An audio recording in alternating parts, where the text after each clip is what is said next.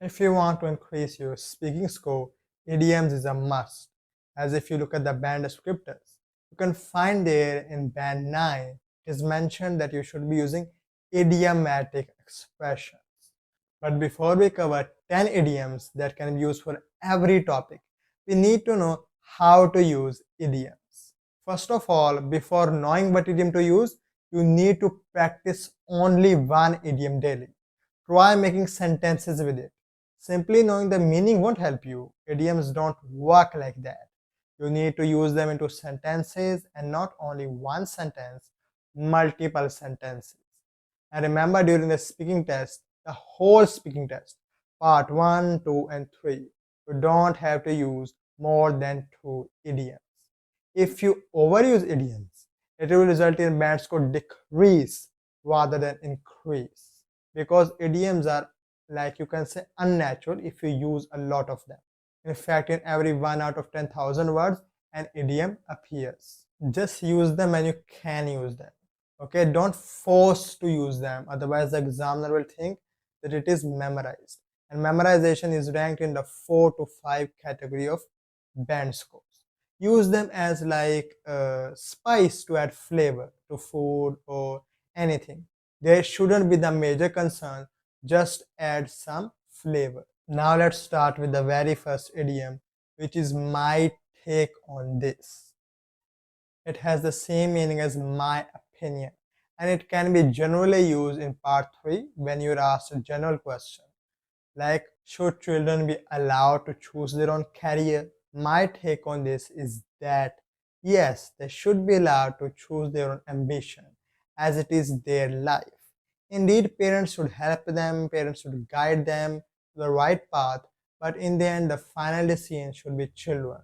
This way, you can simply explain the meaning of my take on this. Next idiom is cost an arm and a leg. It's a leg, not leg.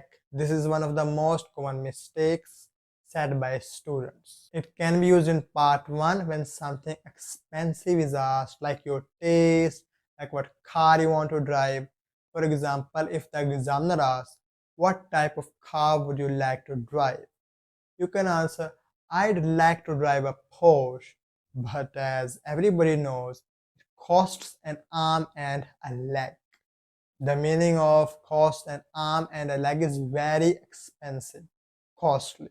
You can also use it to describe gold, diamond, or anything that is expensive. Next, we come to once in a blue moon. Its meaning is rarely, okay? And you can use it on also part 1 when the topic is friends or free time. Like, what do you do in your free time? Usually, I don't have a lot of free time, like once in a blue moon. But when I do, I tend to hang out with my friends. This way you can use once in a blue moon. Next, let's talk about I dig in. Now, if the topic is likes or dislikes, you can use the idiom I dig in, which means I like it, I enjoy it. For example, the examiner asks you this question: do you like music or any other thing? You can say, yes, I dig pop music. It means I like pop music, I dig this kind of music. This way you can talk about anything that you like. Similarly, for dislike, you can use it doesn't float my boat. It's to express dislike towards something. For example, you're asked this question: at what time do you get up in the morning? I generally get up at 7 a.m. in the morning, even though it doesn't float my boat. It means like I don't like waking up so early in the morning, but as I have a job or I have to go to university, I have to get. You're expressing your dislike. Next up is thrilled to bits, and it means very happy. You can use another alternative, over the moon. It has the same meaning, very happy. And I would advise you to use it in part 2 whenever the fourth bullet point asks about an emotion. Generally, the fourth bullet point is like, how do you feel? What did you feel about it? So, to express feeling, you can say, I was thrilled to bits, depending on the question. Water under the bridge. It means some past problems, but they are not important now. They were just in the past, okay, there were problems, but they're not necessary, they're not important anymore. And you can use it this way. I had some problems or issues with my friends, but now it's water under the bridge.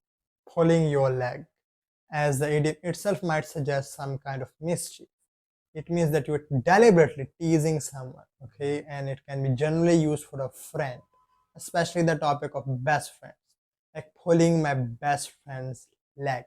In part 3, you can be asked, what are the qualities of good friends? And you can mention one of these qualities, that they occasionally like pulling each other's leg. And that is true as well. So you can use it this way. Next one is quite a common idiom. You can use it in the topic of food. You are what you eat. It simply means if you eat healthy food, you will be healthier. If you eat junk food, you won't be healthy. So you can use it in the topic of food. Like in part 1, you were asked, what is your favorite dish? You can say, my favorite dish is pizza, and I like it because it's so delicious and it tastes so good. Even though I know it's quite unhealthy, and I also follow the motto, you are what you eat, but still I love eating it. The final idiom would be cut to the chase. It means ignoring all of the irrelevant, unnecessary details and simply getting to the point. It's one of the most important idioms, and you can use this to impress the examiner. Simply, you can say, like when friends are talking or when anyone is talking, saying lots of irrelevant things, you can use this idiom. Like in part 1 and part 3 speaking, you should cut the chase and answer the examiner's question directly. This was an example, but you should be following it. In part 1 as well as part 3, you shouldn't be saying anything irrelevant. You cut the chase and then you answer the question directly. Okay, so these were the idioms that if you use, will 100% boost your score to a band 9, impressing the examiner. And if you want to know how to increase your band score from a band 6 to a band 9 by implementing some other tips, here is the video, watch it. Take care, Allah.